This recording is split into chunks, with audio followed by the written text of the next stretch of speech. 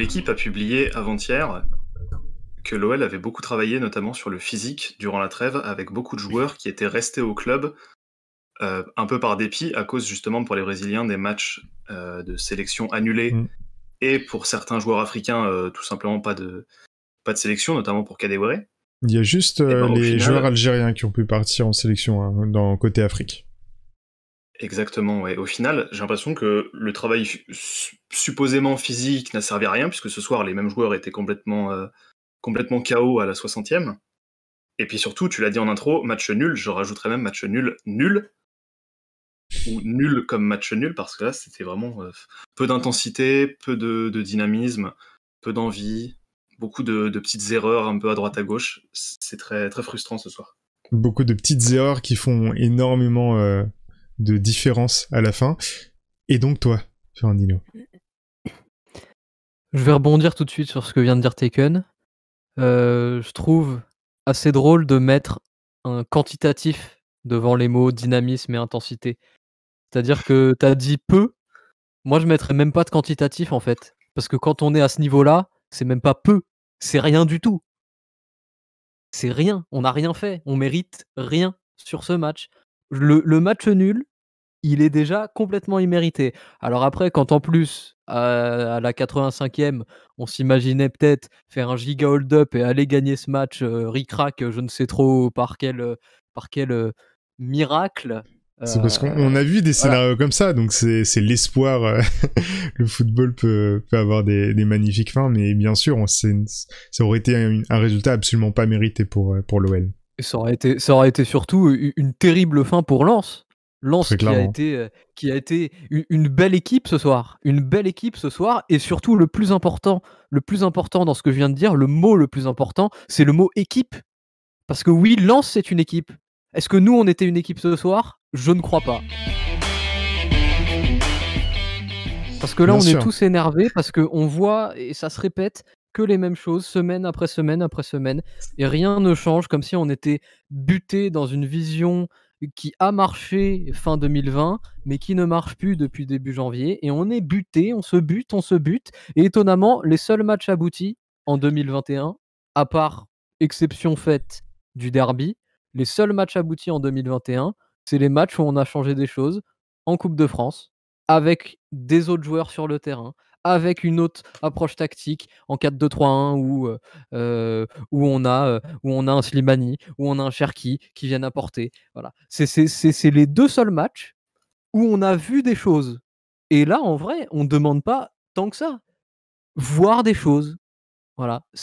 Le curseur est pas très très haut. Juste voir des choses. Et là, ça fait 3 semaines qu'on ne voit rien du tout. Et au final, on prend que 2 points sur ces 3 derniers matchs. 2 points sur 9.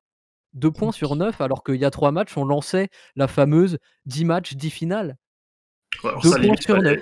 il aurait mieux fallu ne rien dire pour ça au final, parce que depuis que justement il y a l'opération commando C'est vrai ça. des 10 matchs, 10 finales, il n'y a plus du tout de victoire depuis ce moment-là. Et justement, en parlant de changement un petit peu, pour la compo de départ, on aurait aimé sans doute tous, je parle un peu en votre nom, mais vous serez sans doute d'accord avec moi, voir du coup Slimani et Cacré à minima, parce que c'était les deux joueurs un peu voilà qui avaient quelque chose de neuf, qui étaient un peu plus en forme que les autres. Au final, Rudy Garcia Slimani qui a été très très bon avec avec sa sélection d'ailleurs. en plus, Qui est doublé et qui était plus bon même aussi. avant de partir en sélection. Du coup, ça fait vraiment tous les arguments étaient sur la table pour justement lui donner de la continuité et lui permettre de démarrer. Par exemple, à la place d'un Kadewere qui n'a absolument rien montré, que ce soit ce soir ou avant. Et au final, non, Rudy Garcia choisit de rester avec le même trio offensif. Sauf que le trio offensif, il est en panne depuis quelques matchs. Il est en panne et ce serait justement bien d'avoir dès le début un Slimani qui pourrait apporter autre chose, plutôt que de le faire rentrer tout le temps quand il reste un quart d'heure et il a beaucoup moins de temps Mais pour surtout, moi, s'exprimer, même si pour le coup les changements dans ce match-là ont été un peu plus ambitieux qu'à l'accoutumée. On a vu Mendes qui est sorti enfin, j'ai envie de dire, parce que ça faisait un moment qui continuait à jouer 90 minutes sans être forcément non plus flamboyant. On a eu simultanément sur le terrain, du coup on a eu Memphis, Cherki, Slimani, Toko, et même aussi Paqueta dans les joueurs, on va dire, un peu hybrides, à la fois bons offensivement et défensivement. C'était pas mal, mais c'est arrivé beaucoup trop tard, encore une fois. Et hop, interruption dans la vidéo juste pour te dire que si tu apprécies notre contenu, n'hésite surtout pas à liker, commenter et partager autour de toi ce qu'on fait. Et puis si même tu t'abonnes et que t'actives la cloche, l'OL va forcément gagner si tu fais ça. Bah allez, on te laisse. Merci beaucoup et bonne fin de vidéo. Je trouve, sur un modèle de gestion de groupe apocalyptique. Surtout C'est en que gros la seule chose qu'il a à faire, hein, sur une saison où on joue pas l'Europe. C'est gérer son groupe. C'est Et c'est le... pas fait. c'est le métier du coach maintenant. C'était Olivier Delegleux qui disait dans un podcast que le travail du coach, c'est genre du 30% tactique et entraînement et 70% gestion du groupe, des joueurs, du collectif. Et surtout dans les grosses équipes comme l'OL, où t'as besoin de joueurs qui s'entendent bien à l'extérieur du terrain pour qu'ils s'entendent bien techniquement sur le terrain. Et on va dire que sur le terrain, ce n'est absolument pas ça, pour rester tout à fait poli. Je suis même pas forcément sur ça, moi, hein. Je suis pas sûr qu'il y ait besoin qu'ils s'entendent particulièrement bien hors du terrain. Genre moi, j'ai juste envie qu'il y ait des choses qui soient travaillées à l'entraînement, qu'il y ait des combinaisons, qu'il y ait des grands axes tactiques, qu'il y ait une direction philosophique même, de la manière de jouer. Parce que on peut aimer tel type de jeu, on peut moins aimer tel type de jeu. Alors, en ce moment, c'est, le gegenpressing, à la Klopp. Voilà, c'est le truc qui est très à C'est la la mode. mode, bien sûr. Avant, on a eu le tiki-taka de Guardiola au Barça. Dans les années 2000, on avait du catenaccio à l'italienne. Bon, on peut ne pas aimer le catenaccio à l'italienne, tu vois? Genre, j'entends tout à fait l'argument, mais au moins, il y a un axe tactique. Là, nous, il y a rien du tout. Il y a rien du tout. On a Toko et Tino encore ce soir qui jouent. Les deux sont cramés depuis 4 mois, ils mettent plus un pied devant. Et là, ils se retrouvent en face à face, les deux, 1, 2, 3 fois contre Leka. Leka, c'est pas Neuer, hein, c'est Jean-Louis Leka, quoi. On n'est pas en face d'un gardien Team of the Year ou je ne sais quoi, là. Et on n'arrive pas à planter un but. On est en face à face 3, 4 fois contre lui et on n'arrive pas à planter un but. C'est pas possible. Mais surtout que les joueurs étaient limite en train alors pas de s'insulter non plus, mais on voyait quand Kadewere tente sa frappe après la réception du centre de Toko Ekambi, il tente une frappe enroulée pour la mettre dans le petit filet gauche de Leka. Bon, ça passe à 20 cm du poteau, donc c'est vraiment dommage, mais pour le coup, moi je la voyais au fond. Il y a Slimani qui s'arrête et qui commence à se prendre le peu de cheveux qu'il a dans les mains. Et ça fait 3 énormes ratés de Kadewere. Tu sentais qu'il avait envie de les triper. Les joueurs commençaient tous à être à cran. Kadewere, on a loupé beaucoup. Et pendant genre, juste avant qu'il sorte, il en a loupé 2 ou 3 limites d'affilée, tu vois. Où il manquait pas grand chose.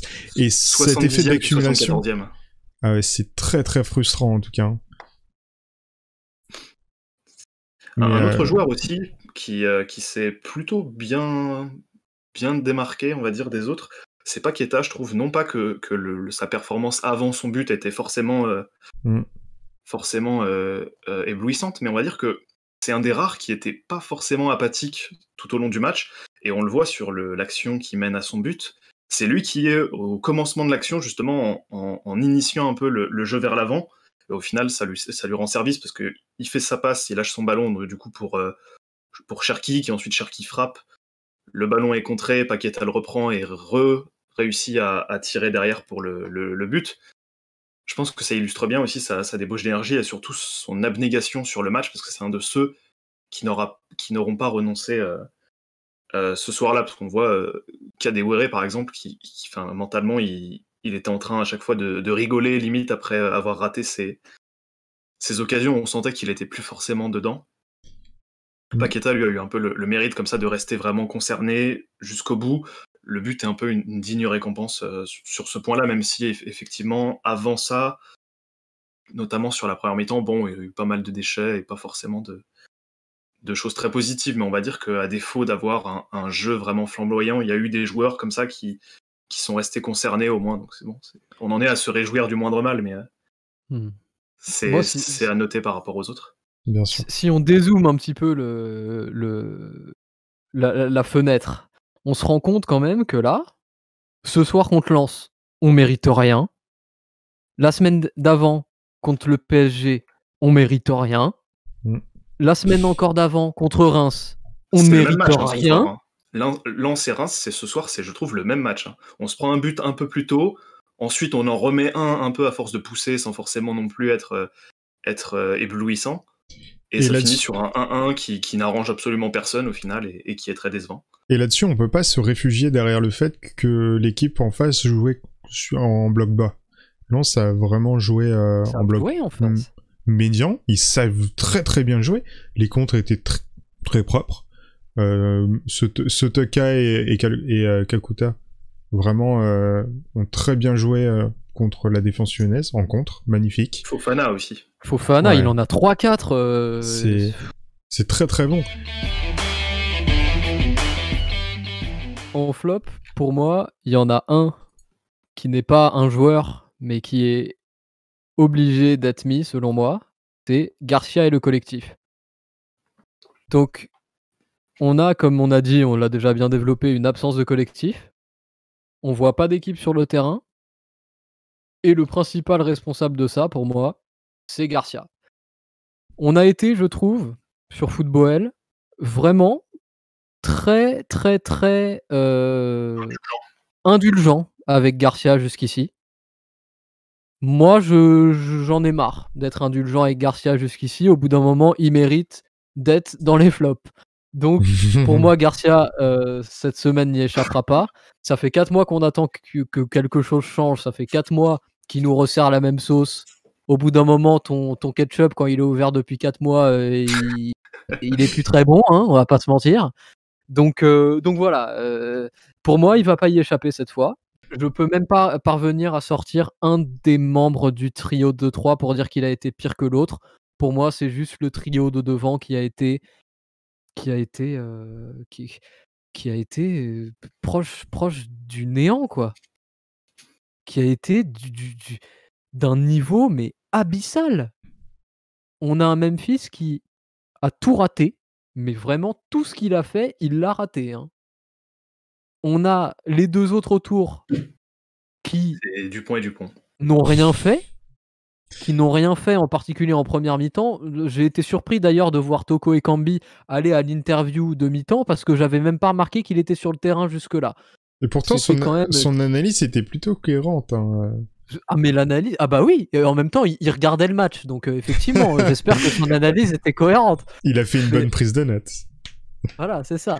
Et d'ailleurs sur la prise de notes, je me demande, je rebondis, hein, je me demande ce que note Garcia dans son petit calepin à chaque fois, parce qu'il en note des choses, hein, mais pourtant rien ne change. Donc il s'entraîne pour des entretiens. Ouais. Non, mais en fait, c'est des sudoku, hein, les gars. Je cherchais pas. Non, mais c'est grave. Donc oui, mon troisième flop, c'est le trio offensif qui a été tout à fait cataclysmique ce soir.